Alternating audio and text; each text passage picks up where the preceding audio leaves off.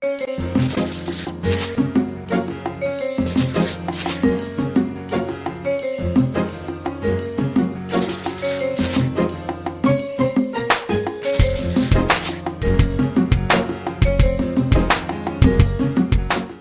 Jeff Cornwall, and this is the Entrepreneurial Mind. Today my guest is Alex Bertelli with Havenlock.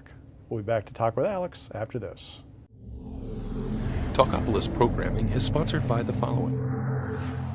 Highland Hills, a multicultural, diversified funeral home supporting the entire Davidson County community.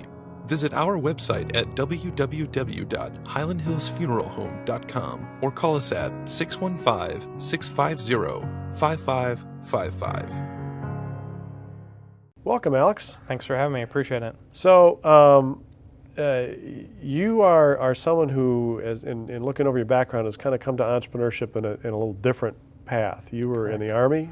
I was an Army aviator for 9 years in the special operations field, so I had a unique perspective on accomplishing complex mission sets using technology and really the team mentality to achieve the end state.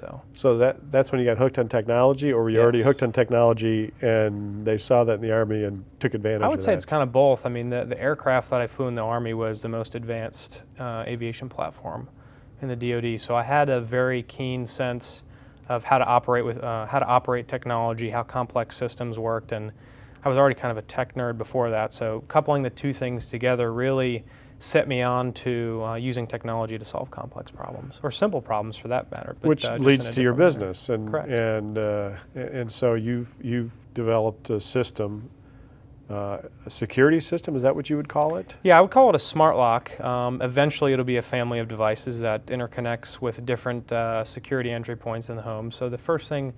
The primary value proposition of our business was to focus on protecting people in their homes. And really, security systems and security products nowadays just focus, it's more passive. They focus on alerting after a break-in has already occurred. Right. And so that's what most alarm systems do. And people will pay a recurring revenue stream every month, $60, $70, just to be told, hey, your phone's broken or your home's broken into.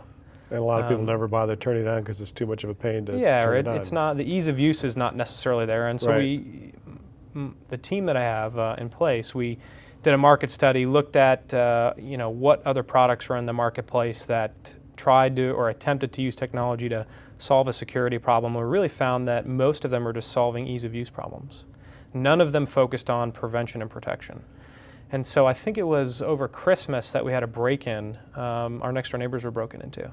And they went through the back door where most of break-ins occur. Kicked in the back door. Kicked in the back door and walked right in. They have the same alarm system that we have in our home, and broke in, grabbed a bunch of stuff, and left before the police could get dispatched. So if you look at the time sequence that it takes for a break-in to occur before notification, activation of the police, and arrival of the police, it's somewhere in the 15 to 20 minute range. If you're in the right neighborhood. If you're in the right neighborhood, absolutely. And if you have a good metro call center, and there's a lot of factors that go into that. But the technology that exists now is just passive. It's just alerts you. Nothing alerts you before the home is broken into. So we were looking at solid materials and components that we could design a product with that would address the security protection prevention problem.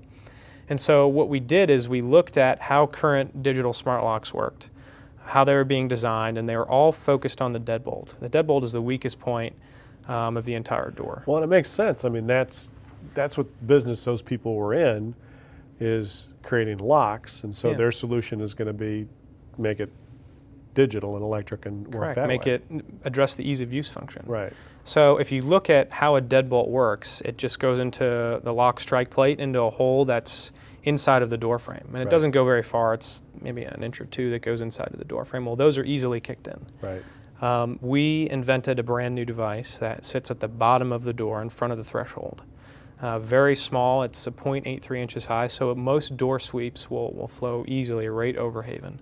Okay. Where Haven gets its strength is that it uses a very simple wedge that pops out of the device sheath and holds the door shut.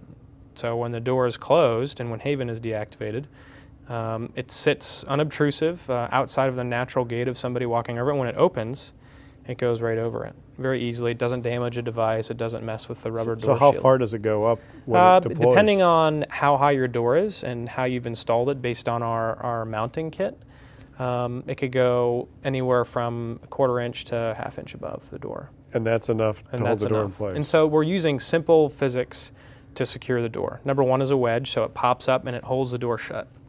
And what it does, based on the length of our device, because it's 30 inches, roughly 30 inches long, if the door were to bow at all, it uses just simple shoring techniques to distribute the load and force of the door opening. Gotcha. So we've done multiple strength tests on just the simple wedge principle, and the door won't open, even if the deadbolt's not engaged. And so if there's an emergency or you got to get out of the house, what do you do then? Sure. So due to the code restrictions based Right. on the U.S. Home Builders Code, Because you have to worry about fire absolutely. So there is a mechanical step release on the device. So you step on the plate and it lowers the device. from the inside. From the inside. From the outside, it's all digital. It's via your phone, via your wearable, via our web access portable, and via a wireless Bluetooth key that we'll provide. So it's an easy thing you can lock when you leave and know your door is secure. You could even use your Pebble smartwatch once the code becomes available. When you leave the house, during a certain time frame in the morning, it'll just automatically lock. Now, are these available in the marketplace today? They will be available starting the end of September on Kickstarter. Okay. So we're going to use that to kind of validate our principle and concept, get initial funding, and then, see what the market interest is. So your after that. Kickstarter donors will get the first shot at the first Correct. devices? Absolutely. So they'll get a just like Pebble did. Absolutely.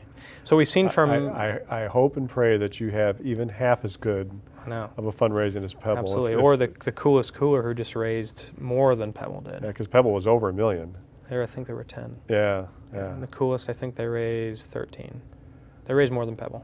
Wow. So if we were just to have a fraction of the success that they did. Yeah. And those are great products, don't get me wrong, but we feel like the product that we have created with our team of 10 people addresses a basic need of everyone in our target demographic. So our target demographic is 24 to 40, initially innovators and early adopters, and then post-Kickstarter, once we've built the steam from the innovators, we're going to target families and The old guys like me then, right? well, yeah, I mean, it just really depends. It's such the target market for a product like this is wide open. Right. And so you really have to think about, who's going to use the digital connectivity of the product, and that's the next aspect. I think that is developing as the market matures with home automation. Gotcha. So one last question, then we got to wrap it up. Anytime you're dealing with a consumer product, the question is always going to be well, what next? And, Sure. and where does this lead you? Do you have an idea? Yeah, no, we absolutely have a family of devices in mind. So we want to take the same principles of protection and prevention and apply that to alternate embodiments of our product on the main door, and then we want to look at sliding doors and then windows and kind of go from there. So we've got a lot of great ideas in the hopper of how we use the same principles using digital connectivity and if this then that coding languages with a Nest Developer Kit and Apple's Home Kit and kind of take it as the product launches, we take it into the family of devices for the home. Very cool. Well, I wish you the best of luck, and Thank you, sir. may the Kickstarter gods be kind to you. Yeah, I hope so. Thank you. Thanks for coming in.